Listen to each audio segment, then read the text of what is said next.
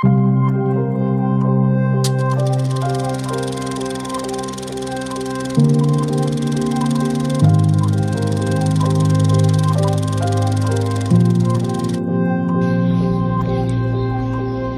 the midst of cultural beliefs and legal views, can the Philippines embrace same-sex marriage?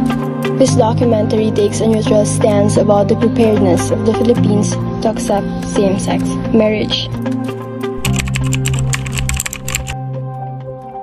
The legalization of same-sex marriage in Philippines has been a concern in almost all of the countries and has been a controversial subject in today's society.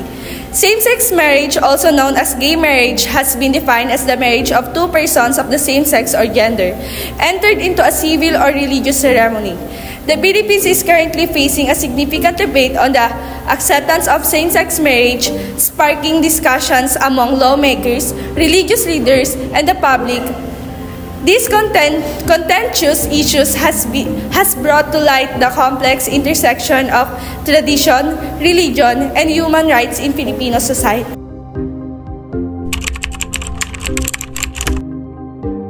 No. Yes. No. Sex marriage. Opo, agree po.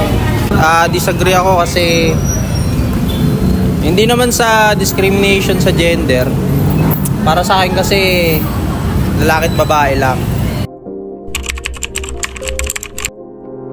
Sex marriage. Hindi. I think handa na po sila sa dami na rin po ng mga LGBTQ na kumakalat sa Pilipinas. So I think pwede na po. Sex marriage. In terms of people po around us, pwedeng ang maging sagot ka lang dyan is depende. Kasi meron mga tao na maybe at the age of around 18 up until 30s to 40s, ang sagot nila is more on sure na yes. Pero pag akit pa ng mga ganong age, maybe hindi na like 50 up, they might neglect na the same-sex marriage kasi nga lumaki sila sa traditional way of marriage, which is a girl and a boy. So parang hindi talaga sila agree because of maybe dahil Pilipinas din to and they are traditional and they stick the religion.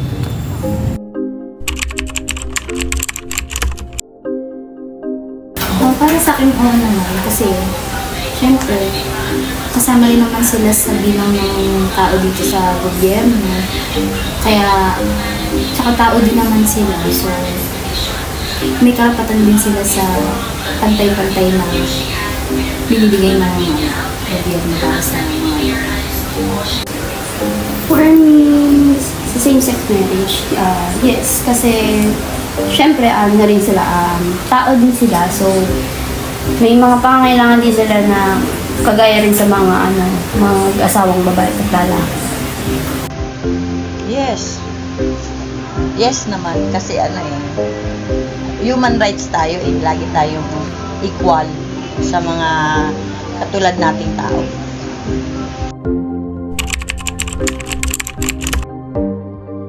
Oh yes, syempre, tao din naman sila na ganun, mamahal. Tsaka likha din sila ng Diyos. So, for me, oo. Dahil, syempre, isa rin ako sa same-sex. Hindi lang sa same-sex na, pero same-sex na relationship. So, agree ako dun. For me kasi, syempre, tao lang din naman kami. So, hindi naman porket nagkaroon kami ng same relationship as same gender namin, na kami, parang makasalanan na kami. Syempre, may mga tao rin na kahit straight kang babae, straight kang lalaki, nakakagawa din ng pagkakasala or more worse pa. Sex marriage po. Disagree. Bakit po? Because God created Adam and Eve only.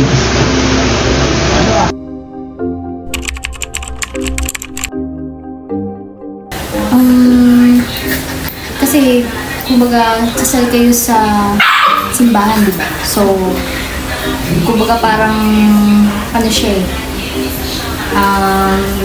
relihiyosong kasal. Kaya kailangan natin ingatan kasi yun yung pag-isang dibdib ng isang tao. Isang lalaki at isang babae, diba? Kaya, yun, kailangan isang pangalagaan. Bali kasi, yun yung kinamulatnan natin. So, yun naman talaga yung dapat din sa religion din, based sa mga religion natin. Siyempre, mas sa atin, siyempre nagmula tayo sa mga ibang religion, nagmula tayo nila iba't Adan, yan. So, gawa tayo ng Diyos. So, ang kasi nila, binibase na nila yun sa religion. Kaya, mas sa society ang babae at lalaki. At hindi pa nila tinatanggap yung same-sex marriage na tinatawag natin ngayon. Agree. Kasi nga po, yun talaga yung yung design ng Panginoon yun sa atin. Kaya nga niya binigay yung unang tao. Diba, yung creation ng Panginoon talaga is Adam and Eve only. Wala talagang design ng Panginoon na same-sex. Pag lumampas ka na doon sa Bible, biblically kasi tayo lagi tayo, mga Pilipino, mostly tayo, conservative pa nga tayo Kaya kailangan, lang tayo. Pero hindi natin inaano yung mga we love LGBTQ siyempre. Pero kailangan nandun pa rin tayo sa tama. Dun sa Panginoon pa rin tayo. Sa Diyos pa rin tayo. Ganun sila, palagi natin sila i-chapera. Kailangan love our neighbors pa rin. Di rin naman nilang gustong maging ganun yung nararamdaman nila kung sino man sila sa pagkatao nila. Pero hindi rin ibig sabihin kailangan natin silang kamuhian. Dapat may time na sumambuni sila sa Panginoon upang malaman nila yung tama na nasa Bible yun, sa Book of Rome yun. Di ko lang alam kung anong pero... At saka yun yung talaga yung sin ng unang panahon natin, yung Sodom and Gomorrah. Kung alam nyo yun, yung backward nyo yung Old Testament. Sodom and Gomorrah ay pinarusahan siya ng Panginoon dahil sa ganung kasalanan. Yung same-sex marriage. Diba? Ginuho ng Panginoon yung Sodom and Gomorrah. Kaya, no ako, disagree. Ako din, hindi dahil talaga inaano ko sila. Kailangan talaga maituwid. Kailangan lumapit sila sa Panginoon.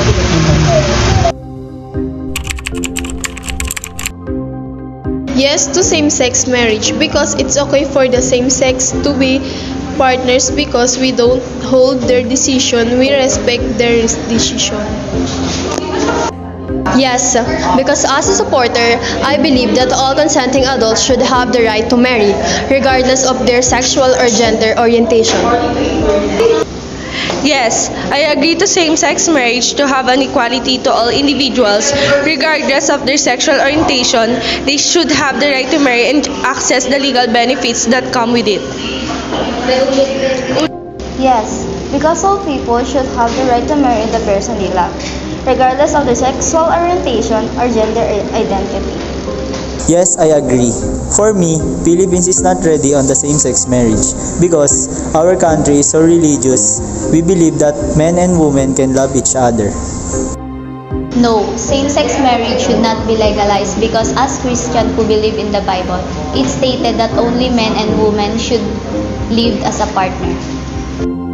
No, I stand for disagree because men and women should be only married or be partners. For me, no, same-sex marriage should not be legalized because it is confusing for children. No, for me, same-sex marriage may confuse children regarding gender roles, procreation, and societal expectations.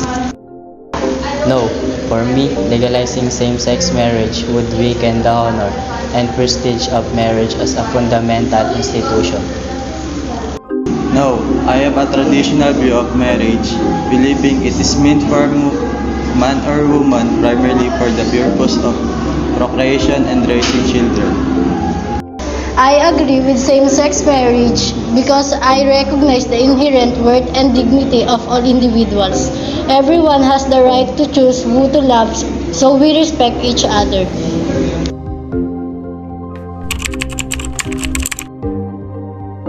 Yes, as of now, the Philippines don't acknowledge of legalization of same-sex marriage Since the Philippines is also a Christian country, most of Filipinos are religious and part of Catholicism and as well not agree with the same-sex marriage. But the LGBTQ desperately want equal rights for each one who is part of their community and live their life freely with no fears. But they must follow the law and respect the decision of our officials.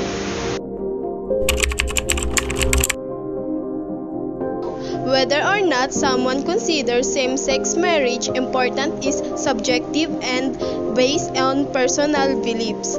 It is important to consider the rights and freedoms of all individuals when discussing this issue.